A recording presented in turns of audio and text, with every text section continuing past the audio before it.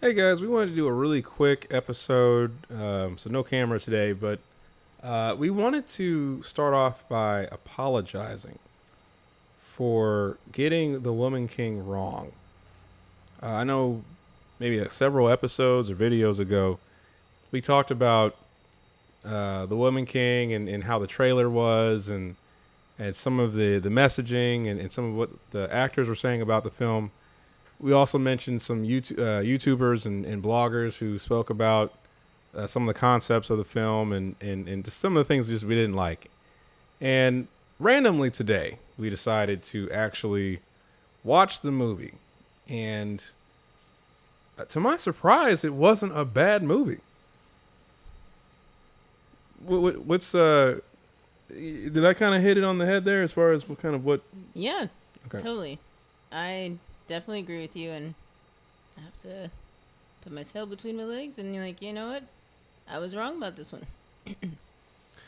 And so I think part of what um,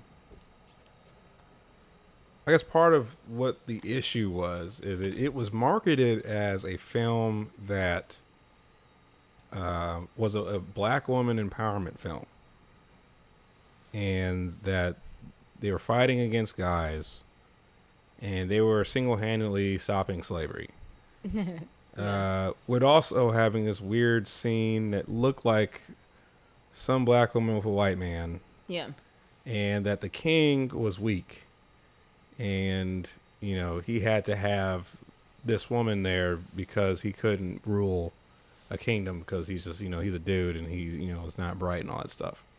And what has actually transpired when watching the film, all of those concepts are inaccurate. I will say that there are elements where you're like, okay, that are in there. When you see the fight scenes with the women troop, first of all, they're not the whole army, right? They're like, Right. so that's the one first. That's the first concept that got destroyed because they're fighting along with the guys of the tribe. And so they're warriors and they're holding their own, but they're not there out there by themselves. The guys have muskets and they're stabbing people and things of that nature.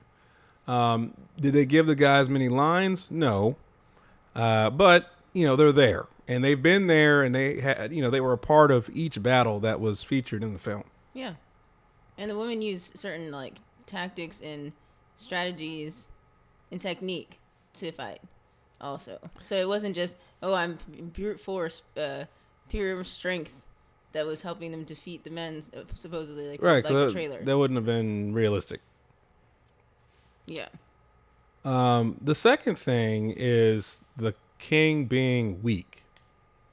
I think John had a great performance. I thought that his character was actually pretty solid to the point where he might be the best character of the film. Or at least my favorite. His accent was definitely the best of all the people. I mean, and I was kind of hard on him because I was like, well, you're Nigerian. Your dad's Nigerian. So you need to, that accent better be on point. And it was. And so, kudos to John Boyega. And I thought his character was very good. My favorite scene in the movie is actually him talking to the Portuguese slave trader as he's sitting in the palace. Right before the slave trader even gets the first sentence in, he's like, "You need to speak my language in my palace." Yep. Like, setting the tone. I enjoyed that very much. That's not a simp at all. That is not a simp, right? Setting the tone immediately. If you're talking to me in my house, you speak my language, right? We're not speaking Portuguese, and then he starts changing, and then he starts talking about, oh, your wife said that, you want to stop selling slaves and sell some stupid palm oil. And he's like, well, first of all, right, my wife does not speak for me. Exactly. And I will deal with her after we're done with this conversation. I'm like, that doesn't sound like a simp. And they tried to use the warrior after that, saying the warrior. Well, it was the orders. Your general is saying Your that, general. he's like, my general obeys me. Exactly. Again, not a simp.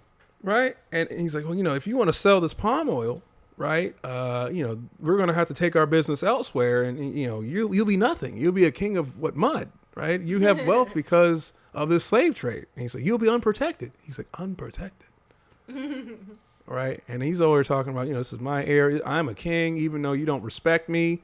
I'm still a king, and if you don't serve my interests, you, sir, are going to be unprotected. Don't forget where you're at. You're in my palace. Absolute fact. So you over here talking about how I'm not going to be protected. You need to think about how you're getting home tonight. Think very carefully what you say to me in my house. And so I thought that was a great scene. I mean, and he had other scenes like that. So yeah, I definitely think that the trailers of the film were completely off base, did not represent the film at all. I thought the overarching storyline was not really women's empowerment. It was really more women's redemption, because, Viola Davis's character is all tough and brawly and and mad and stuff, but she's really just hiding the pain and hiding away from, some of the things and trauma that she experienced in the past. And now she's confronted with these things when she finds out that the young talented girl out here that has, an arrogant attitude happens to actually be the long lost daughter that she hid a tooth in on the back of the arm.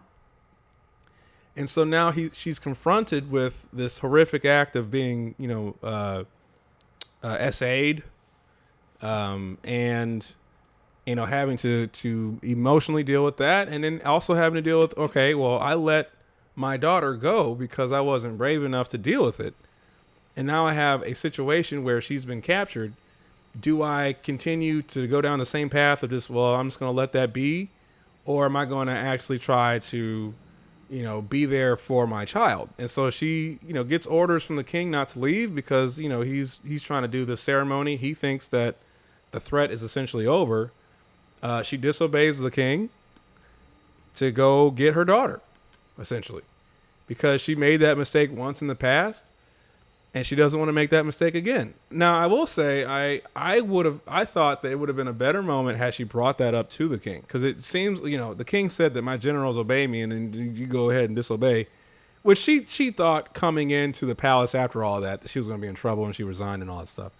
But I thought it would have been a great moment to actually talk to him. Be like, hey, look, there's some other things I'm dealing with. My daughter's out there. And I don't know, maybe that would have muddied up the story, but you guys seem to have a good relationship. I just thought it would have been nice to actually just give it a mention, especially since you did think that you were going to go by yourself, but the crew was like, nah, we're coming with you. The white man that we thought that the girl was with in the trailer happened to be a Potomac dude. And for those of you who don't know what Potomac is, it's a reference from one of the reality shows. It's basically somebody who's half white, half black. So if Real Housewives of Potomac. Yeah, so if you happen to hear us call somebody Potomac, that's where that comes from. And so I didn't mind his storyline. He's a guy who his mom happens to be from a Dahomey tribe. She died recently. He comes from Brazil to Africa to try to reconnect with his mom in a way. Yeah. And, and he's living this Potomac life where he's like, I'm kind of stuck between two worlds. And, I'm following this white dude around because we happen to be, family friends. But at the same time, the guy doesn't respect me, right? Like he doesn't respect my mom because my mom's black. And he doesn't respect my dad because my dad is not as rich as his dad, right? Like they had this whole thing about, your dad just has a shop. My dad owns slave ships. So it's like, you need to just listen to what I have to say because, you ain't nothing. You're just one step above the slaves we're trading. Essentially what he was saying. Right. Yeah, I think at some point he told him you were been lucky to not be in one of these people or something, like when they were capturing them. Yeah. Right. And so, he finally meets old girl and, they kick it off and, when she gets captured and she's getting sold and stuff, he happens to be there to kind of intervene. And that was a good moment for him. But I think a really good moment for him was the end of the film where, you know, he had an opportunity to escape, go back to the slave traders on the ships, and he decides to free the people who are on one of those small boats as his friend was trying to get some of his money, some of his investment, which is why he's trying to pull a group in. Frees them, and then those dudes continue to drown the guy into the ocean. And I thought that was tremendous. And the Potomac guy was like, you know what? I can't sit here and watch this. I'm going to free my people. But the only thing I thought about was you need to be careful because you don't look that different than the white people who are getting murked right now. Yeah, so, you know, was blown and everything. Yeah, don't get in the water, right? You know, you might want to shed the clothes, you know, just to help yourself out. But I thought that character wasn't bad. Yeah. You know, the love story wasn't overdone. The essay scenes weren't overdone. The fighting scenes I thought were good. Again, I thought John Boyega's scenes were all solid. I would say this was actually a good movie that was just completely misrepresented. I think that the people who were responsible for the marketing of this movie and the producers of this film, when they started seeing criticism come in, completely dropped the ball on this. I think that you gave people the wrong idea of what this movie was about. Yeah. And, you know, because of that, you didn't see the numbers that I think this movie should have seen. We're kind of tired of this male bashing stuff, right? Yeah. And, you know, you could make a women's empowerment film that doesn't male bash. And I think this film is a different story. First of all, I think it's more of, again, a mother redemption story mixed in with some slavery stuff and some trauma stuff, right? But I don't think it's a male bashing film, for one. And you tried to, those elements kind of crept in here in the marketing. And people jumped on an opinion that just wasn't accurate.